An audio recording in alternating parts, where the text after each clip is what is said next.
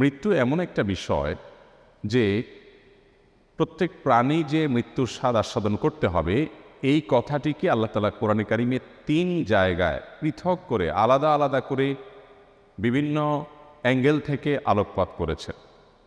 তন্মধ্যে থেকে একটি জায়গা হলো সূরা আলে ইমরানের 185 নম্বর আয়াত। এই আয়াতে আল্লাহ রাব্বুল আলামিন বলেছেন, কুল্লু নাফসিন যায়িকাতুল মাউত, সকল প্রাণীকে মৃত্যুর স্বাদ নিতে হবে। এটিকে ডিনাই করার কোনো স্কোপ নাই, সুযোগ নাই। প্রত্যেক প্রাণীকেই মৃত্যুবরণ করতে হবে। যদি এখানেই শেষ হয়ে যেত তাহলে ব্যাপারটা খুব বড়সড় কিছু হতো না। আল্লাহ তাআলার অনেক সৃষ্টি আছে, একটা গাছেরও প্রাণ আছে, একটা সময় প্রাণ শেষ হয়, শুকিয়ে যায়, কাষ্ঠ হয়ে যায়। তো আমরাও এক সময় মরে শেষ হয়ে যেতাম। ব্যাপারটি যদি এটুকু হতো তাহলে আর খুব বেশি এটা নিয়ে টেনশন করার বিষয় ছিল না। কিন্তু আল্লাহ রাব্বুল আলামিন এটা মাত্র ভূমিকা পেরেছেন। এরপর মূল কথা বলতে গিয়ে ইরশাদ করেছেন যে ওয়া ইন্নামা তুওয়াফাউনা উজুরাকুম ইয়াউমাল কিয়ামা। আসল ইস্যু হলো মৃত্যুবরণ করতে হবে, এটা বড় বিষয় না। বড় বিষয় হলো যে এরপর তোমাদেরকে কিয়ামত দিবসে আল্লাহ তাআলা তোমাদের জীবনের ছোট বড় প্রতিটি বিষয় সম্পর্কে পুঙ্খানুপুঙ্খ হিসেব করে তার পুরস্কার কিংবা তিরস্কার, শাস্তি কিংবা আল্লাহর পক্ষ থেকে উপঢৌকন, উপহার, বিনিময় আল্লাহ তাআলা তোমাদেরকে সেদিন বুঝিয়ে দিবেন। ফামান যুহজিহা আনিন নারি ওয়া উদখিলাল জান্নাতা ফাকাদ ফাজ। সেদিন যে ব্যক্তি আল্লাহর পক্ষ থেকে তার জীবনের আমলনামা অ্যানালাইসিস করার পর, মূল্যায়ন করার পর এই ঘোষণা পাবে যে তাকে জাহান্নাম থেকে মুক্ত ঘোষণা দেওয়া হয়ে গেছে এবং তাকে জান্নাতি এই ঘোষণা দেওয়া হয়ে গেছে, এই কথা যেই ব্যক্তি শুনতে পাবে এবং এই নিউজটা যে পাবে, এই বার্তাটা যে পাবে, ফাকাদ ফাজ, এ হলো পৃথিবীতে একমাত্র ব্যক্তি যে বলতে পারে আমি সফল হয়ে গেছি। এই সফলতার পর আর কোনো ব্যর্থতা কখনো তাকে স্পর্শ করতে পারে না। পৃথিবীর সকল সফলতার পর আবার কোনো ব্যর্থতা তাকে স্পর্শ করতে পারে। এই আতঙ্ক, এই চিন্তা, এই টেনশন আমাদের মধ্যে কাজ করে। একজন মানুষ যত সফলই হন নিজের জায়গায়, তার সেক্টরে, আপন আলোয়, আপন জগতে, একটা পর্যায়ে তার সফলতাটা থেমে যেতে পারে, যে কোনো মুহূর্তে ব্যর্থতায় পর্যবসিত হয়ে যেতে পারে। এই রিস্ক পৃথিবীর সকল মানুষের সকল স্তরে থাকে। শুধুমাত্র এই ঘোষণা যেদিন মানুষ পাবে কিয়ামতের ময়দানে যে তোমাকে জাহান্নাম থেকে মুক্ত ঘোষণা করা হলো এবং জান্নাতে যাওয়ার আহ্বান করা হলো, নির্দেশ দেওয়া হলো, এরপর থেকে আর ব্যর্থতা বা ভয় বা শঙ্কা বলতে কোনো কিছু আর থাকবে না।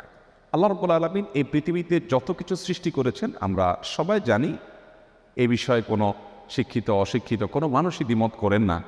সেটি হলো এই পৃথিবীর সকল উপভোগের বিষয়গুলো, প্রথমত এগুলোতে প্রাপ্তির কোনো নিশ্চয়তা থাকে না। আমরা যে স্ট্রাগল করি, চেষ্টা করি কোনো একটি জায়গা যাওয়ার, সেটি পাবো যে কোনো গ্যারান্টি থাকে না, এক। দ্বিতীয়ত হলো যদি আমরা সেটা পেয়েও যাই, অধরা জিনিসটা যদি আমরা ধরে ফেলতেও পারি, আমাদের তৃপ্তির স্থায়িত্ব থাকে না। অর্থাৎ প্রাপ্তি নিশ্চয়তা নেই আর তৃপ্তির স্থায়িত্ব নেই। আর জান্নাতের বিষয়ে আল্লাহ তাআলা বলেছেন যে সেখানে প্রাপ্তির নিশ্চয়তাও আছে আর তৃপ্তির স্থায়িত্ব আছে। এই জায়গা থেকে একজন মানুষ মৃত্যু পরবর্তী জীবন নিয়ে ভাববেন, চিন্তা করবেন। একজন ঈমানদার সেই জায়গা থেকে মৃত্যু পরবর্তী জীবনে তার আমলনামা যখন দেয়া হবে, সেটি কি ডান হাতে পাবেন, সেটি কি বাম হাতে পাবেন, সেটি কি গুড নিউজ হবে, সেটি কি তার জন্য ব্যাড নিউজ হবে, সেটি তার সফলতার পথ দেখাবে নাকি তাকে ব্যর্থ বলে প্রমাণ করবে, এই ভাবনা একজন ঈমানদারের চিন্তায় সবসময় থাকবে। মোহতারাম হাজরিন, আল্লাহ রাব্বুল আলামিন কোরআনে কারিমে আমাদেরকে বিভিন্নভাবে মৃত্যু পূর্ববর্তী প্রস্তুতি গ্রহণ করার জন্য বলেছেন। মৃত্যু পূর্ববর্তী প্রস্তুতির অংশ হিসেবে প্রথম যে কাজটি আমরা করতে পারি বা করা উচিত আমাদের, সেটি হলো ঈমানটাকে স্ট্রং করা। আমার ঈমান এবং বিশ্বাসের জায়গাটা যদি খুব পরিচ্ছন্ন হয়, পরিষ্কার হয়, শক্ত হয়, এরপর যদি আমার আমলের ক্ষেত্রে কোনোটা ত্রুটিও থাকে, কমও থাকে, তো আমার বেসিকটা ঠিক থাকলো, ফাউন্ডেশনটা ঠিক থাকলো অন্তত। এই জন্য আমাদের আখিরাতের প্রস্তুতি হিসাবে, মৃত্যু পরবর্তী জীবনের প্রস্তুতি হিসাবে ঈমানটা আমার পিওর আছে কিনা, কোনো ভেজাল আছে কিনা, সে বিষয়টিকে খুব ভালো করে আমাদের একটু ভাবতে হবে এবং বারবার করে সেটা নিয়ে আমাদের পড়াশোনা ঘাটাঘাটি করতে হবে। বিশেষ করে কোরআন এবং হাদিস থেকে আমাদের ঈমান এবং বিশ্বাসের পয়েন্টগুলো নিতে হবে। দ্বিতীয়ত যে প্রস্তুতি নিতে হবে তা হলো নেক আমল এবং ভালো কাজ। ভালো কাজ এর যে সীমানা এটা এতটা পরিব্যাপ্ত যে আমরা ভালো কাজ বলতে মনে করি শুধু নামাজ রোজা করা, আমরা ভালো কাজ করতে মনে করি শুধুমাত্র ওয়াজ নসিহত করা, আমরা ভালো কাজ করতে মনে করি শুধুমাত্র কোরআন তেলাওয়াত করা, জিকির আজকার করা, সুবহানাল্লাহ আলহামদুলিল্লাহ বলা। এগুলো ভালো কাজ, মৌলিক ভালো কাজ, সন্দেহাতীতভাবে। কিন্তু ভালো কাজের সীমানাটা এত পরিব্যাপ্ত, মানুষ যেই কোনো কাজ করবে সেটা দ্বারা তার নিজের বা মানুষের সমাজের কোনো কল্যাণ যদি বয়ে আনে এবং সেখান থেকে সে যদি আল্লাহর সন্তোষিটা আশা করে, এই পয়েন্টগুলো একত্র হলে সেটি কিন্তু একটা ভালো কাজে পরিণত হয়, পর্যবেসিত হয়। আমাদের নবীজি সাল্লাল্লাহু আলাইহি ওয়াসাল্লাম বলেছেন, আহাব্বুন নাস ইলাল্লাহি আনফাহুম লিন-নাস। আল্লাহর কাছে সবচেয়ে প্রিয় মানুষ সে যে মানুষের জন্য সবচেয়ে বেশি উপকারী হয়, কল্যাণকর হয়, যার ভূমিকা অন্যের উপকার বয়ে আনে। এই মানুষটা আল্লাহর সবচেয়ে পছন্দের এবং সবচেয়ে প্রিয় মানুষ। মোহতারাম হাজিরিন, এরকম রকমারি ভালো কাজ দিয়ে আমাদের আমল নামাকে, আমাদের জীবনকে সাজাবার চেষ্টা আমাদের মৃত্যু পরবর্তী জীবনের ভাবনা থেকেই আমাদের করা উচিত। কারণ আরবি ভাষার একজন কবি বলেছেন, আমারুনা আমালুনা। আমারুনা আমালুনার মানে হলো যে আমাদের জীবনটা হলো আমাদের কর্মের অপর নাম। আমরা যখন মারা যাব শুধুমাত্র একটি জিনিসই থাকবে, যে আমি কেমন ছিলাম। দিন শেষে মানুষ আলোচনা করবে লোকটা এমন ছিলেন, এমন ছিলেন, এমন ছিলেন না। তার মানে কর্মগুলোই থেকে যাচ্ছে, আর আমল নামাতেও সেটি থাকবে, আখিরাতেও সেই জিনিসটি যাবে। এই জন্য মৃত্যু পরবর্তী জীবনের প্রস্তুতির জায়গা থেকে প্রতিটি কাজ, প্রতিটি পদক্ষেপের সময় একজন ইমানদার ভাববেন যে এটি আমার মৃত্যুর পরে যে অনন্তকালের জীবন আসছে, যে জীবনের শুরু আছে আর শেষ নেই, সেখান থেকে আর ব্যাক করার সুযোগ নেই, সেই জীবনে এটি আমার ভালো কাজের মধ্যে গণ্য হবে নাকি মন্দ কাজের মধ্যে গণ্য হবে। আল্লাহ রাব্বুল আলামিন কোরআনে কারিমে একটা আয়াত বলেছেন, যেটা রীতিমতো একটা থ্রেড বলতে পারি আমরা, যেটা রীতিমতো আমাদের ইমানকে জাগিয়ে দেওয়ার জন্য যথেষ্ট হতে পারে। আল্লাহ বলেছেন, ফালা তামুতুন্না ইল্লা ওয়া আনতুম মুসলিমুন। তোমরা সবাই মৃত্যুর স্বাদ আস্বাদন করতে হবে, এটা তোমরা জানো। অতএব তোমরা কেউ মুসলিম না হয়ে আমার কাছে এসো না, খবরদার। মুসলিম না হয়ে তুমি মৃত্যুবরণ করো না। মুসলিম না হওয়া মানে পরিপূর্ণভাবে আল্লাহ তাআলার কাছে নিজেকে সমর্পণ করা, আল্লাহ রাব্বুল আলামিনের আদেশ নিষেধের আলোকে নিজেকে সাজানো। মোহতারাম হাজিরিন, সেই জায়গা থেকে আমাদের নেক আমলের চর্চা হবে আমাদের আখিরাতের প্রস্তুতির অন্যতম একটা পয়েন্ট। নাম্বার 3, তাওবায়ে নাসুহা করা। একজন ইমানদার বারবার নিজেকে জিজ্ঞাসা করবেন যে আমি কোন জায়গায় আছি, আমি কি জান্নাতের রুটে আছি নাকি জাহান্নামের রুটে আছি। আমার কর্ম, আমার চিন্তা, আমার ভাবনা, আমার আচরণ, আমার লেনদেন, আমার সার্বিক বিষয় আসর, এগুলো কি আমাকে জান্নাতের দিকে অগ্রসর করছে না জাহান্নামের দিকে অগ্রসর করছে। যদি আমি ভুল পথে কিছুটা অগ্রসর হই, তাহলে থেমে গিয়ে রুটটা চেঞ্জ করা, এটার নামই তওবা। তওবা শব্দের অর্থই হলো ফিরে আসা, তার মানে ভুল থেকে ফিরে আসা। প্রতিনিয়ত ইমানদারি কাজটি করতে থাকবে এবং সেই সাথে আল্লাহর কাছে ইস্তিগফার করতে থাকবে। এটি তার আখিরাত এবং পরকালের ভাবনা থেকে। পরকালের ভাবনা এমন একটা জিনিস, এটি যদি কোনো মানুষের মধ্যে চলে আসে, তাহলে তাকে সৎ করবার জন্য পৃথিবীর কোনো মনিটরিংয়ের প্রয়োজন আর হবে না। আমরা কদিন আগে বিভিন্ন জাতীয় গণমাধ্যমে একটি সংবাদ বেশ ঘটা করে প্রকাশ হতে দেখেছি যে কোনো একজন রেলওয়ে কর্মচারী বা কর্মকর্তা, তিনি বৃদ্ধ বয়সে এসে তার বোধোদয় হয়েছে যে তিনি বিনা পয়সায় রেলে বহু চলেছেন। এখন তিনি রেল কর্তৃপক্ষের কাছে এসে তার সারা জীবনের সেই ভুলের প্রায়শ্চিত্ত করে সকল টাকা তিনি জমা দিতে এসেছেন। এই যে বিবেচনা বোধ তার মধ্যে জাগ্রত হয়েছে, এটা শুধুমাত্র পরকালের ভাবনা থেকে, অন্য কোনো কিছু নয়। মোহতারাম হাজিরিন, এই জায়গা থেকে একজন মানুষ যদি প্রকৃত সৎ মানুষ হতে চান, তাহলে তার ভিতর আখিরাতের প্রতি ঈমানের ভাবনাকে জাগ্রত করা এবং সেই জায়গা থেকে মৃত্যু পরবর্তী প্রস্তুতি গ্রহণ করার কোনো বিকল্প পথ আমাদের সামনে খোলা নেই। আল্লাহ রাব্বুল আলামিন কুরআনে হাকিমে বলেছেন, ওয়া আম্মা মান খাফা মাকামা রাব্বিহি ওয়া নাহান নাফসা আনিল হাওয়া ফাইন্নাল জান্নাতা হিয়াল মাওয়া। জান্নাতের এই নেয়ামত আল্লাহ তাআলা ওই ব্যক্তিকে দিবেন যে ব্যক্তি আল্লাহর সামনে দাঁড়াতে হবে, আল্লাহর সামনে যেতে হবে এবং সকল কিছুর হিসেব দিতে হবে, এই ভয় যার অন্তরে তিনি জাগ্রত রাখেন, এই ভাবনা সবসময় যাকে তাড়িয়ে বেড়ায় এবং এই চিন্তা থেকে তিনি প্রতিটা পদক্ষেপ হিসেব করে ফেলেন, এই মানুষটিকে আল্লাহ তাআলা জান্নাত দিবেন।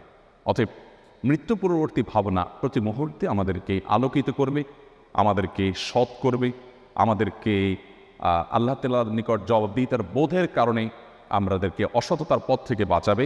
অতএব সেই জায়গা থেকে মৃত্যু পূর্ববর্তী প্রস্তুতি হিসাবে প্রতিনিয়ত তওবা করতে থাকতে হবে। তওবা এমন একটা আমল যে তওবার মাধ্যমে পূর্বের সমস্ত গুনাহ আল্লাহ তাআলা মাফ করেন, সকল পাপ, সকল অপরাধ আল্লাহ তাআলা ক্ষমা করে দেন। বান্দা যদি সত্যি তার ভুলটা বুঝতে পারেন, এরকম সুযোগ ইমানদারকে আল্লাহ তাআলা দিয়েছেন যে এই সুযোগটা যদি কেউ হাতছাড়া করে ফেলে, আপনার যখন মৃত্যু এসে যাবে, আমাদের যখন মৃত্যু এসে যাবে, কিংবা মৃত্যুর আলামত যখন প্রকাশ হবে, আমি যখন বুঝতে পারবো যে আমি শেষ, আর আমি দুনিয়াতে কোনো সুযোগ পাচ্ছি না, ওই টাইমের তওবা, একেবারে শেষ মুহূর্তের তওবা আল্লাহ কবুল করবেন না। তার আগ পর্যন্ত এমন কোনো পাপ নেই, এমন কোনো অপরাধ নেই। মানুষ বিভিন্ন সময় জিজ্ঞাসা করে অমুক অপরাধ করলে আল্লাহ মাফ করবেন কিনা। এমন কোনো অপরাধ নেই যেটা ক্ষমারও যোগ্য। এমনকি আমরা বলি শিরক ক্ষমারও যোগ্য, এই কথাটাও এভাবে বলা সঠিক নয়। শিরকও ক্ষমারও যোগ্য নয়, শিরকও ক্ষমার যোগ্য অপরাধ যদি আমি জীবদ্দশায় সেই জায়গা থেকে সরে আসি, আমি আমার কৃতকর্মের জন্য আল্লাহর কাছে অনুতপ্ত হই, মাপ চাই, লজ্জিত হই, নিজেকে চেঞ্জ করি, পরিবর্তন করি, নতুন জীবন গড়বার চেষ্টা আমি শুরু করে দেই, তাহলে আল্লাহ তাআলা পূর্বের শিরকের অপরাধও মাফ করে দিবেন। অতএব শুধুমাত্র মানুষের অধিকার এটা এতটা ভয়াবহ যে কারোর অধিকার আমি নষ্ট করেছি, সেটি কাউকে আচরণগতভাবে কষ্ট দিয়ে হোক, আর্থিকভাবে ক্ষতিগ্রস্ত করে হোক, যে কোনোভাবে, এ বিষয়ে আল্লাহ তাআলার কাছে মাপ চাইলে আল্লাহ মাফ করবেন না, যতক্ষণ পর্যন্ত যার অধিকার নষ্ট করেছি তার কাছ থেকে আমি মাফ না নিব, কিংবা তার কাছ থেকে মাপ নেওয়ার কোনো সুযোগ না থাকলে আল্লাহ তাআলাকে আমার বিশেষ আমলের মাধ্যমে সন্তুষ্টের এই লেভেলে নিয়ে যেতে পারলে যে আল্লাহ তাআলা স্বয়ং দায়িত্ব নিয়ে তার কাছ থেকে আমাকে মাপ পাই দিবে। মোহতারাম হাজরিন, সেই জায়গা থেকে তওবা এবং ইস্তেগফার আমাদের প্রতিনিয়ত করা দরকার। আমি যদি এই মুহূর্তে তওবা করি যে আল্লাহ, আমি এখন থেকে হিসেবের নতুন খাতা খুলতে চাই, আমি যা করেছি আমি অনুতপ্ত, আমি লজ্জিত, আমি ক্ষমা প্রার্থী, আমি আমার আখিরাতকে উজ্জ্বল করবার জন্য এখন থেকে আমি নতুন করে পথ চলা শুরু করছি, আল্লাহ তাআলা পেছনের সমস্ত গুনাহ মাফ করবেন। নবী সাল্লাল্লাহু আলাইহি ওয়াসাল্লাম বলেছেন, আত-তাইবু মিনাজ যামবি কামান লা যামবা লাহু, কেউ যদি পাপ থেকে, অপরাধ থেকে তওবা করে ফিরে আসে তাহলে তার পেছনের সব কিছু আল্লাহ তাআলা ডিলিট করে দেন, সব কিছু। মৃত্যু পরবর্তী প্রস্তুতির অংশ হিসাবে মৃত্যুর কথা বারবার স্মরণ করা। এই জন্য নবী করিম সাল্লাল্লাহু আলাইহি ওয়াসাল্লাম বলেছেন, তোমরা কবর জিয়ারত করবে, কেননা কবর জিয়ারত করলে মৃত্যুর কথা স্মরণ হয় এবং দুনিয়ার বাস্তবতা মানুষ সবচেয়ে বেশি উপলব্ধি করতে পারে কবর জিয়ারত করলে। কোনো মানুষকে দাফন করতে গেলে, কোনো মানুষ মৃত্যুসজ্জায় শায়িত তার শিওরে গেলে, কোনো মানুষ অসুস্থ তার শুশ্রূষা করতে গেলে মানুষ তার জীবনের বাস্তবতাকে উপলব্ধি করতে পারে যে দুনিয়ার জীবনটা আমাদের খুবই সীমিত।